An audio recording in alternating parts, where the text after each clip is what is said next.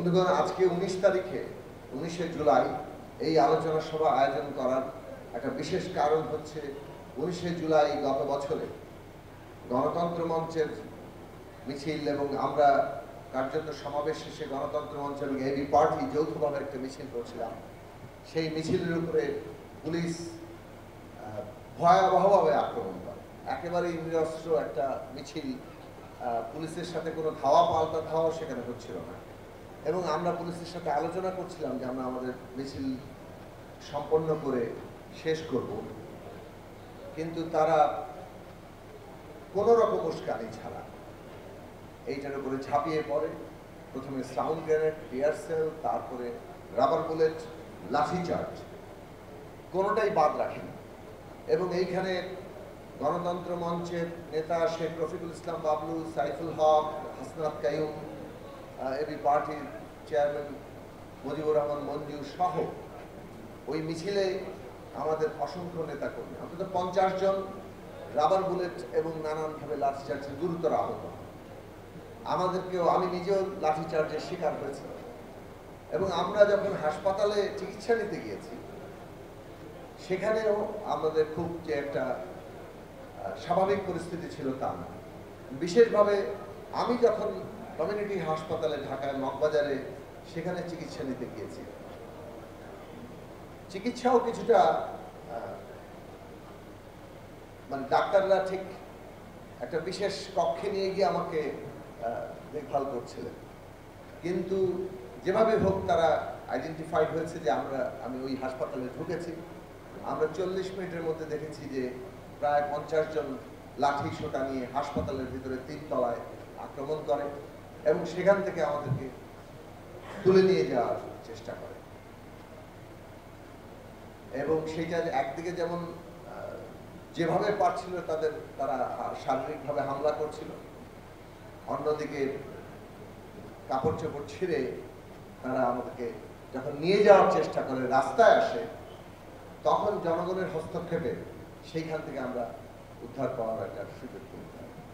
এইরকম একটা বাস্তবতা তারা তৈরি করছিল যে কোনো হাসপাতালেও কেউ চিকিৎসা নেওয়ার মতো অবস্থায় ছিলেন না। আন্দোলনকারীরা নানাভাবে হাসপাতালের ভিতরেও আক্রান্ত হয়েছিলেন।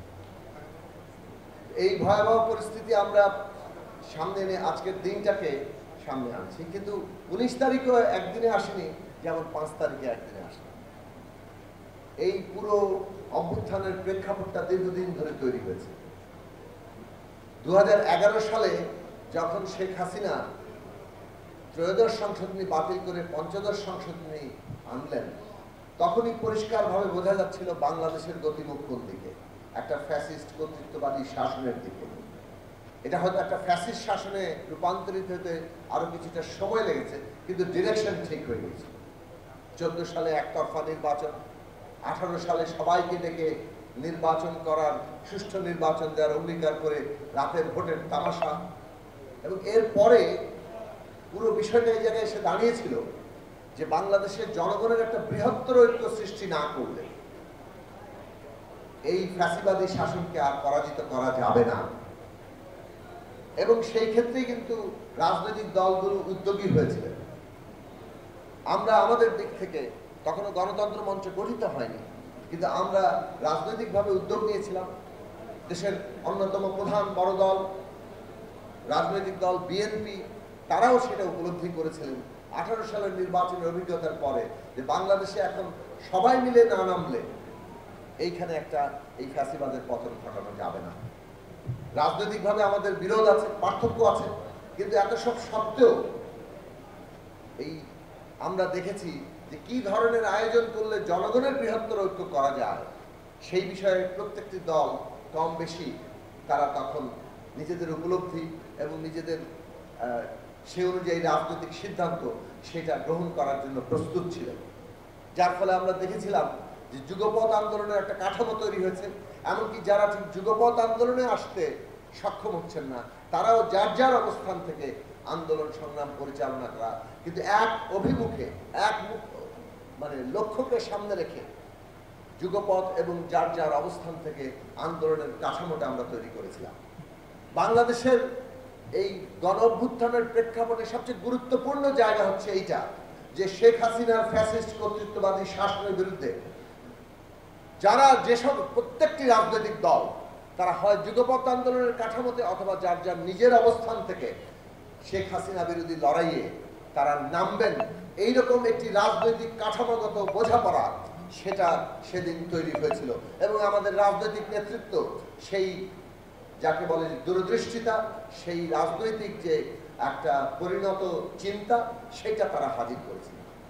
ওইটা বাংলাদেশের মানুষের মধ্যে একটা ঐক্যের জায়গা তৈরি করেছে। ওইটা বাংলাদেশের মানুষের মধ্যে একটা নিজেদেরকে ফ্যাসিবাদ বিরোধী একটা সুতায় গাঁথার মতো জায়গায় নিয়ে এসেছিল। ওইটাই প্রেক্ষাপট সৃষ্টি করছে। হ্যাঁ, শেখ হাসিনা একটা 7ই জানুয়ারির দামি নির্বাচনের আগে আন্দোলনকে স্যাবোটাজ করে নানাভাবে এটাকে ধ্বংস করার ক্ষেত্রে সাময়িকভাবে সফল হয়েছিল। কিন্তু আমরা আমাদের দেখেছি গণ অভ্যুত্থান তখনই হয় যখন পুরো দেশে কিংবা একটা জনগোষ্ঠীর মধ্যে একটা বারুদ ধীরে ধীরে জমা হতে থাকে। বাংলাদেশের মানুষের মধ্যে যে একটা বারুদ, একটা ক্ষোভ জমা হচ্ছিল, এটা যে একটা বারুদের স্তূপে পরিণত হয়েছিল, এইটা কিন্তু প্রতিদিন আমরা টের পেয়েছি। কিন্তু কোনো একটা স্ফুলিঙ্গের প্রয়োজন ছিল। এবং আমাদের দেশের ইতিহাসে এই কথা আমরা আলোচনা করেছিলাম যে আমাদের দেশের ইতিহাসে 69-এর গণ অভ্যুত্থান, এমনকি 90-এর গণ অভ্যুত্থান, এখানে বেশ কয়েকজন আছেন। মুস্তফা জামাল হায়দার ভাই নেতৃত্বে ছিলেন, মির্জা ফখরুল ইসলাম আলমগীর তখন ঢাকা বিশ্ববিদ্যালয়ের নেতৃত্ব হিসেবে এই 69-এর গণ অভ্যুত্থানে ছিলেন, বাবলু ভাইরা ছিলেন, শহীদুল্লাহ কায়সারুল্লাহ ভাইরা ছিলেন। আবার পরবর্তীকালে 90-এর আন্দোলনে অনেকেই আছেন। আমরাও সেখানে অংশগ্রহণকারী হিসেবে 90-এর আন্দোলনে আমাদের রাজনীতির হাতে খড়ি হয়েছিল। আমরা দেখেছি যে যখন বাংলাদেশের ছাত্ররা সামনে নামে, যখন ছাত্রদের বুকে গুলি লাগে, তখন এই দেশের মানুষ যে আবেগীয় বন্ধনে এক সুতায় গেঁথে যায়, যে উত্থানটা ঘটে, সেইটার একটা অপেক্ষা আমাদের ছিল। আমরা অপেক্ষা করছিলাম সেই জায়গার জন্য যে ওই মুহূর্ত কখন সৃষ্টি হবে। এবং এই কোটা সংস্কার আন্দোলনের মধ্যে সেই মুহূর্ত সৃষ্টি হয়েছিল 16ই জুলাই, যখন আবু সাঈদ 2 হাত প্রসারিত করে নিজের বুকে সে গুলি নিয়েছিলেন। ওয়াসিম চট্টগ্রামে নিজের বুকে গুলি নিয়েছিলেন। এই যে উত্থান, সেই উত্থান পুরো বাংলাদেশে স্ফুলিঙ্গ হিসেবে এসে একটা দাবানল সৃষ্টি করেছিল।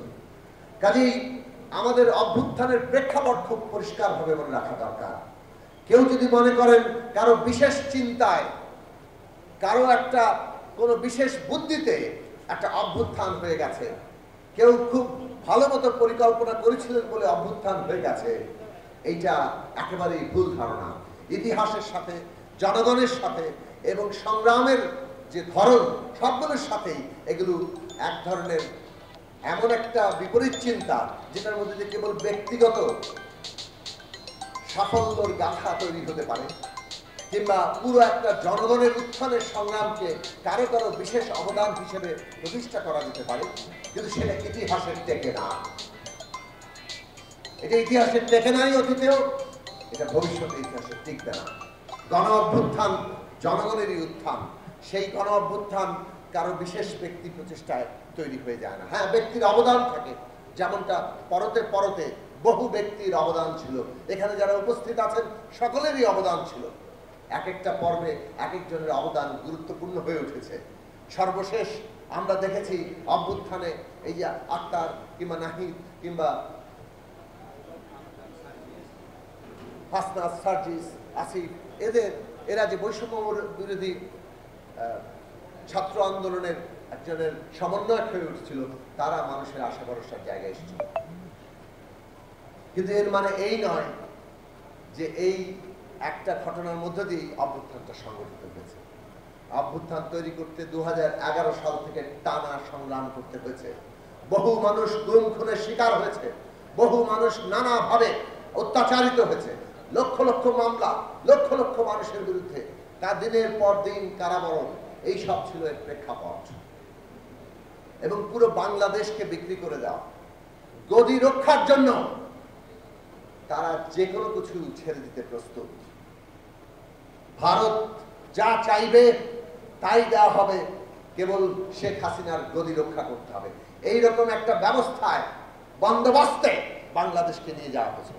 যেমন অভ্যন্তরীণভাবে সমস্ত সম্পদ লুট করো আর সকলের মধ্যে ভাগ বাটরা দাও, সেটা পুলিশকে দাও, সেটা প্রশাসনকে দাও, সেটা সকল রাষ্ট্রের অঙ্গপ্রত্যঙ্গকে লুট করার, দুর্নীতি করার সুযোগ দাও, যাতে তারা নিজেরাই এই ফ্যাসিবাদী ব্যবস্থা টিকিয়ে রাখতে সারাক্ষণ সক্রিয় থাকে। অন্যদিকে বিদেশি প্রভু তাদের হাতে দেশটাকে তুলে দাও প্রয়োজনে, কিন্তু গদি রক্ষা করতেই হবে।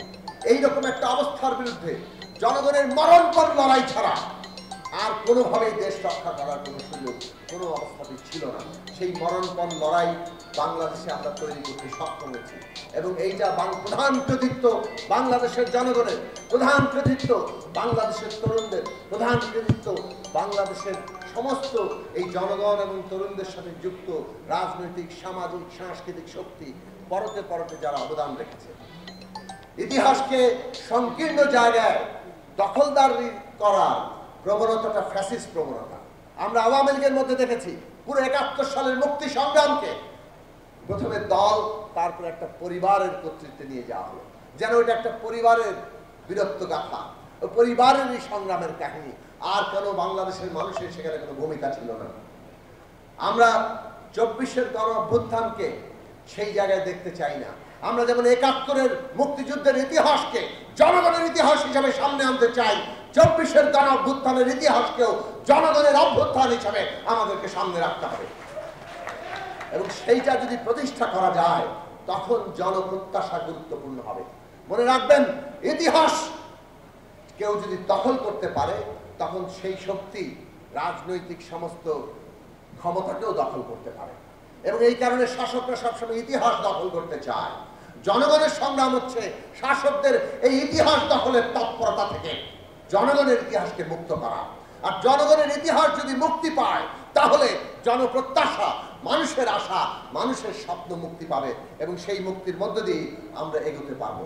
কথা সংক্ষেপ করি, বাংলাদেশের মানুষ ৭১ সালে যে স্বপ্ন দেখেছিল সাম্য, মানবিক মর্যাদা, সামাজিক সুবিচার, আজকেও ৯০-ও সে আকাঙ্ক্ষা প্রকাশিত হয়েছে, ২৪-এও সেই আকাঙ্ক্ষা প্রকাশিত হয়েছে।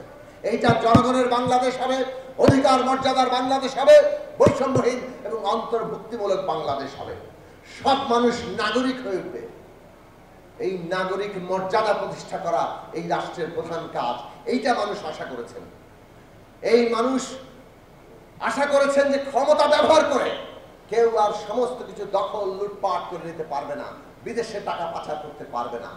ক্ষমতা ব্যবহার করে এই দেশের মানুষের অধিকার, মর্যাদাকে কেউ ভুলণ্ঠিত করতে পারবে না।